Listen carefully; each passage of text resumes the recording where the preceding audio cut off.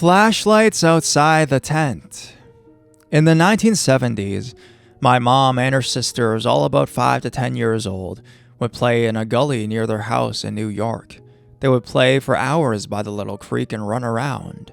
One time at a big family event, my mom and my aunts were allowed to stay in a tent next to the gully.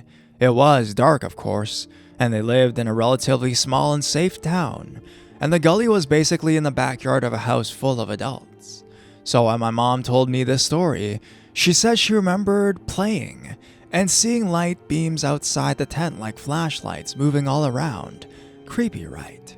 But as a little kid, this didn't faze my mom too much. She was playing and having a great time. After about 10 minutes later, my mom's uncle ran out to the tent and told them that they needed to come inside immediately and leave all of their stuff. Once inside, the police arrived and searched all around the house, the gully, and the woods. My mom and her sisters were very confused and scared of what was going on. After the police left with no one, my great uncle told my mother and her sisters that there had been a knock at the door, and it was fairly late, so this was strange. He went over to see who it was, and when he looked, he saw a man with a nylon over his face and a knife. He yelled through the door, "I have a shotgun, and I'm calling the police." The man ran away into the street, and that's when my great uncle ran outside to get the girls out of the tent. No one was hurt, and the man was never found. But my mom is now thoroughly creeped when she thinks about the fact that that dude probably walked by a tent of giggling little girls and could have easily hurt them before heading to the house. So, to the nylon masked guy with a knife at my mom's door, let's not meet.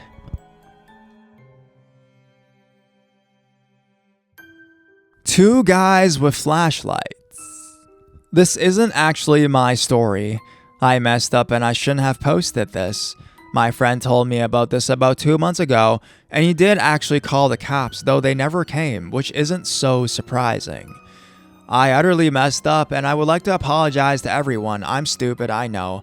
This got out of hand, and I didn't really think this through. I was drunk and bored, so again, I'm sorry. And here the story begins right now. This just happened, and I'm shaking and a bit upset. A bit of background. I live in a neighborhood that is infamous for its high crime rates and the amount of drug users that live here. But the rents are cheap, so what can you do, right? Anyways, I was walking our dogs, already heading back home. We were climbing a steep road that led to a bigger road, and on both sides of the steep road were chain link fences. Behind them on both sides, a construction site, lots of spruces and pine trees, so it was a bit shadier part. As we're walking up the road, I hear voices about 200 meters, that's a little over 200 yards behind me. I glance backwards as I don't like bumping into people during nighttime.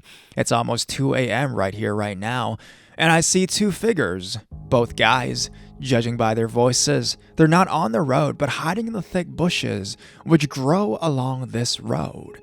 And they have flashlights. I can see two beams of light scanning the trees and the road. It's not that dark, so it seems a little bit odd. I brush it off, maybe they dropped their keys or whatever like that.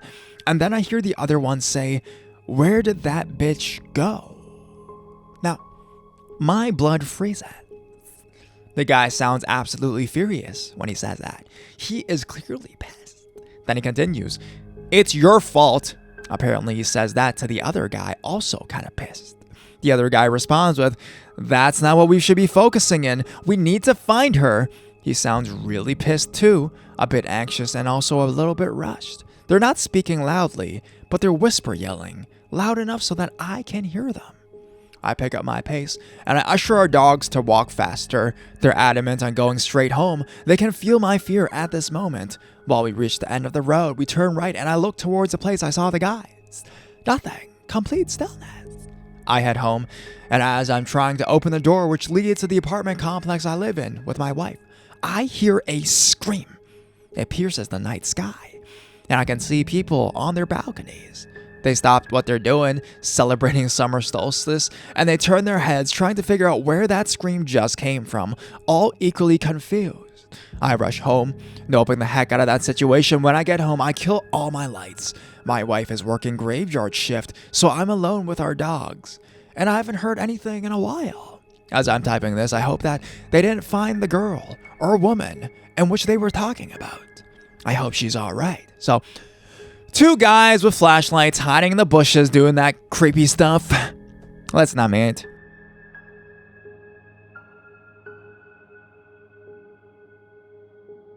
Flashlight guy. So I live in a small city and nothing much exciting happens here, especially in my neighborhood. It's pretty rare to even see a car pass by after 10 p.m. at night. I'm a 21-year-old male, and I spend most of my nights playing video games or reading when I am home. I rent a 2-bedroom apartment under my parents' house with my sister and a 3-year-old nephew. She doesn't stay home most nights, and my dad works 2 hours away from home, so I'm alone from 8 p.m. to 6 a.m. generally. The first time I saw a flashlight guy was about a month and a half ago. As I said, the neighborhood I live in pretty much shuts down by 10, so it seems odd in the first place when I went out to smoke and I noticed a man, dressed in all black, with his hood pulled up walking down the street, so I brushed it off. My street's really dark and my house is the last one on this end. From my house to the end of the street and around the next corner, you have to walk about a distance of a football field. I brushed off seeing the flashlight guy and walked back inside. I went back into my room and started reading the newest Dean Koontz book I just picked up at the library. It was only about 15 minutes after I went back inside that I saw a flashlight beam sweep through my windows. One whole wall of my room is all windows. Now, at this point, I was pretty unnerved, so I put down my book and went to peek outside to see what in the world was going on. When I look out my window, I didn't see anything, so I chalked it up to me being a sketch and sat back down to read. It wasn't long after that when it happened once again. At this point, I knew something weird was going on, and I had a really bad feeling in my stomach. I wanted to just ignore it, but I urged myself to be a man and look back out the window. Looking outside, I noticed the guy from earlier standing about 15 feet away and shining his flashlight directly in front of him. He wasn't even moving. I sat there for a couple minutes wondering what the heck he was doing until he swept his flashlight across the whole downstairs of my house again.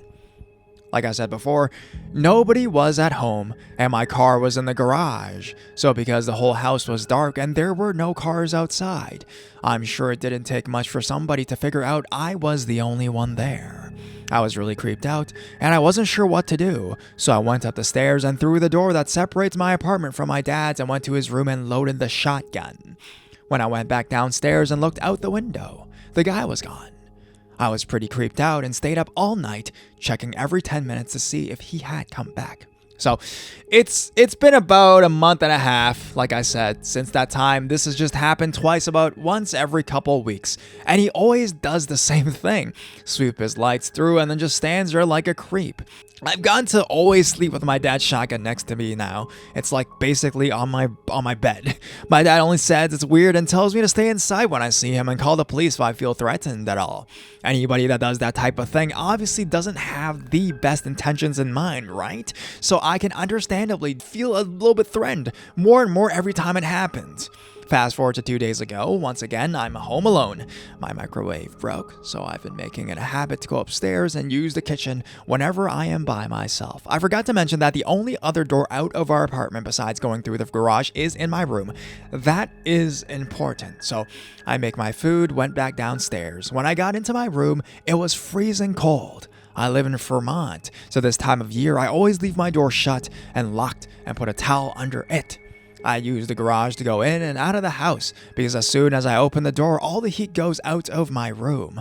I set my food down and check to see if my heater wasn't high enough. I keep the heat cranked all winter because my room is the coldest in the entire house. When I looked at my thermostat, it was shut off. I turned it back up and was really freaked out because I just turned it about an hour ago. And like I said, it's never off because of how cold my room is. Why was it off? I felt a breeze on my back, and I turned around to find my door partway open. I shut it, locked the dead ball real quick, but not before I peeked outside, and sure enough, a flashlight guy's light goes out as he turns the corner of my dead-end road. The next day, I told one of my neighbors about what happened, And they told me that just a couple of weeks ago, some woman that lives in the neighborhood was alone watching a movie with her daughter when somebody broke in.